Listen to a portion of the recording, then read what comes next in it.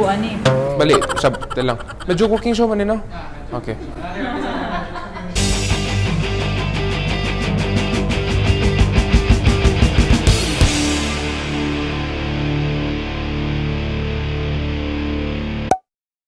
Hi guys, so this is Chef Patrick ko and welcome to another episode of Medyo Cooking Show. Today we're gonna make a very good dessert. It's called Latik Brigadeiro cake. So Brigadeiro cake is usually chocolate cake with lots of filling or ganache. Today we're gonna do something extra special and use Latik. Latik naman is extracted from coconut. So you cook coconut milk or coconut cream.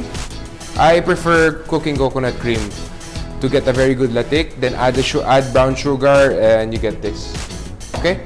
So let's start. We're gonna make our cake mix first. So it's very easy. We have flour, eggs, leaveners. Leaveners are what makes our cake rise. So in this case, we're using baking powder and baking soda, muscovado sugar, and oil. So let's start. Some chefs, they do crack it diretso sa mixer. I prefer to crack it isa-isa when baking and cooking para you would spot the bad egg. So we're using 8 eggs, but this recipe makes around siguro good for 8 to 10 people na rin. This is a lot. My technique when you're making cake, you have to add your dry ingredients and wet ingredients alternatively. Kasi pag, let's say, halo mo lahat ng wet, then you put all the dry in, I'm sure there's gonna be lumps. We have all-purpose flour. You could add the baking powder, baking soda, salt. We're gonna add our sugar. We're using muscovado sugar right now. So if you don't have muscovado, you can substitute it with brown, but I don't recommend using white sugar with this recipe, okay? So sugar goes in. Then we add our eggs. So we'll start at slow speed. We're just gonna cream this mixture.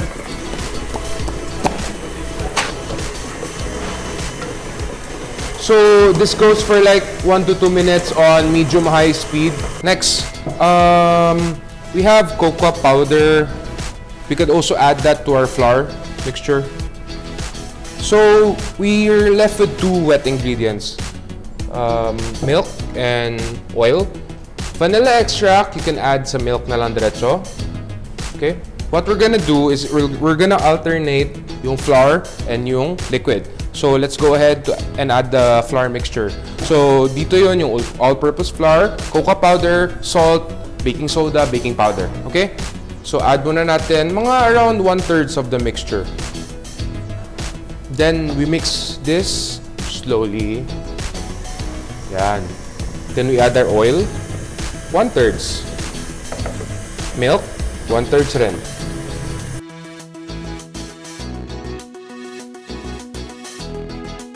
So we're gonna add another part of our 1/3 again. Then we mix it. Then oil. Milk na naman. So we have our trays here. We're gonna bake it in aluminum trays. Leave some space kasi this is gonna rise and you don't want it to overflow. So bake muna natin. While our cake is baking in the oven, we're gonna make the topping or the filling of our Brigadeiro cake. So it's very simple. It's chocolate, a little bit of butter, condensed milk, cream, and our Latik syrup.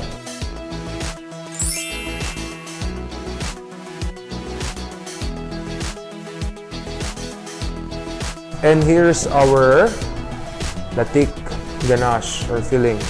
So, i-chill natin siya for half an hour. So, ano natin siya? Like that. You have to coat it. Make sure to cover everything.